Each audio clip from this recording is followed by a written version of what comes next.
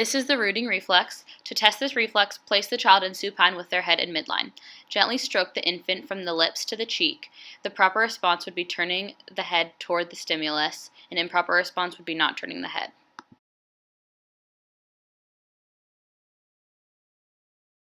This is the Moro reflex.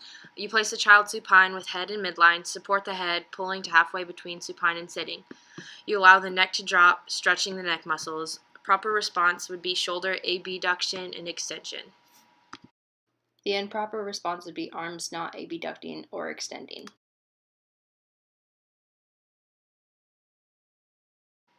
This is crossed extension. You place the baby supine, head in midline, and legs extended. Holding one leg in extension at the knee, apply a firm pressure to the sole of this leg. The other leg will then flex and extend.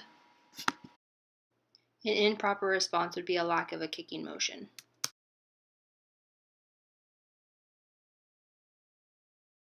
This is the flexor withdrawal reflex. In supine, place the head in midline with the legs extended. Apply a noxious stimulus to the sole of the foot.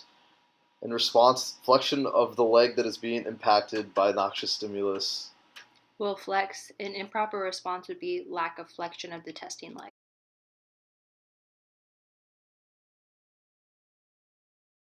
This is the neonatal positive support reflex. Support the infant in a vertical position, allow the feet to make firm contact with the floor or table. The response is to co-contract leg muscles and to try to support themselves. A non-correct response is not contracting the leg muscles.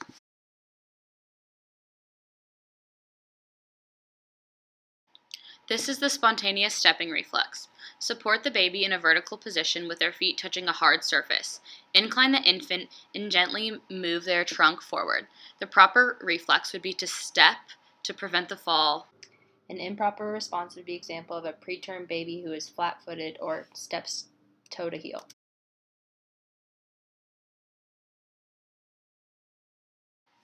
This is the asymmetrical tonic neck reflex. Place the child in supine, gently turn the infant's head to one side. The head should be in midline. The response is extension of both arms and legs of the ipsilateral side. On the contralateral side, the leg and arm will be flexed. An example of an improper response would not being able to move out of this position. This is the tonic labyrinthine reflex. Lay the baby in prone or supine, and then you evaluate the tone of muscle in the different positions. In prone, the baby should have an increase in flexor tone, and in supine, the baby should have an increase in extensor tone. Examples of improper response would be lack of flexor or extensor tone.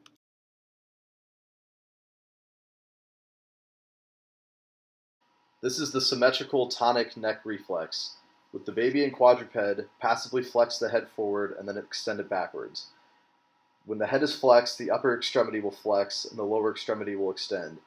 When the head is extended, the upper extremity will extend and the lower extremity will flex. An example of improper response would be lack of flexion or extension of the extremities.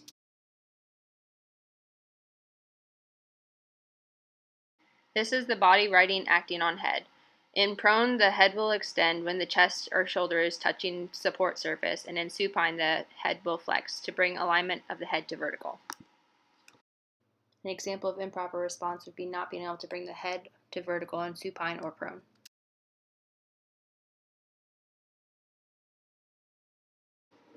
This is the neonatal neck riding, neck on body reflex.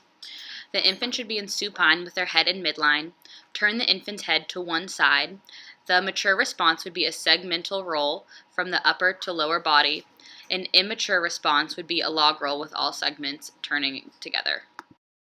An abnormal response would be lack of a mature turn or the body not being able to turn.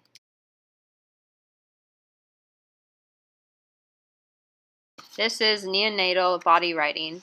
The body is positioned supine with head in midline.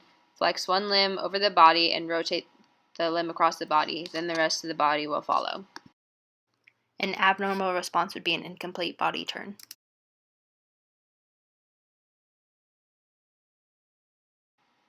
This is Landau. Support the infant in the air. The head should extend and the back and hips will extend in sequence. An abnormal response would be a lack of extension of head, neck, arms, and legs with no support.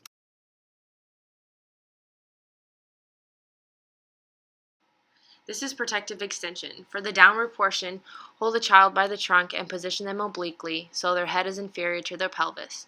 The proper response would be the child lifting their arms to attempt to catch themselves. An abnormal finding would be a lack of a catching response.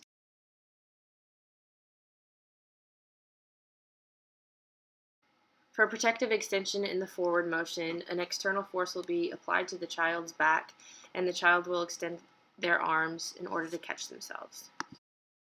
An abnormal finding would be a lack of a catching response.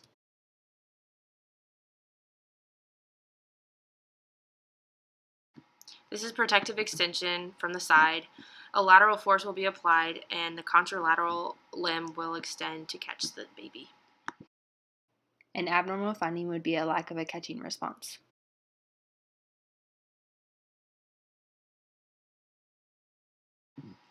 For protective extension, falling backwards, a force will be applied to the baby's chest and the child will extend the arms to catch themselves. An abnormal finding would be a lack of a catching response.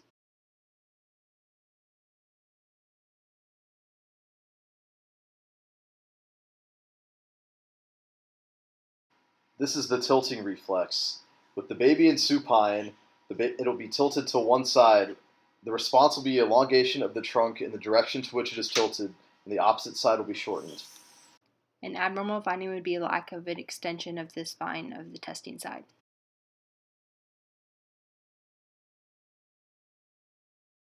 This is the tilting reflex in sitting.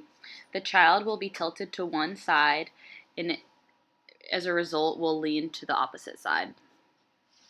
An abnormal finding would be a lack of an elongation of the spine of the testing side.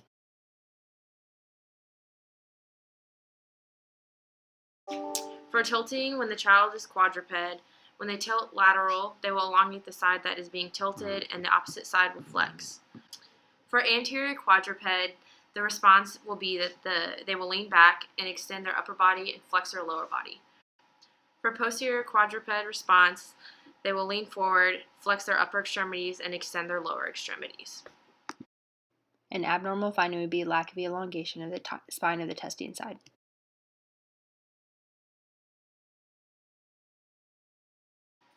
For tilting while the child is standing, the side that is tilting will elongate while the contralateral side will flex. An abnormal finding would be a lack of elongation of the spine of the testing side.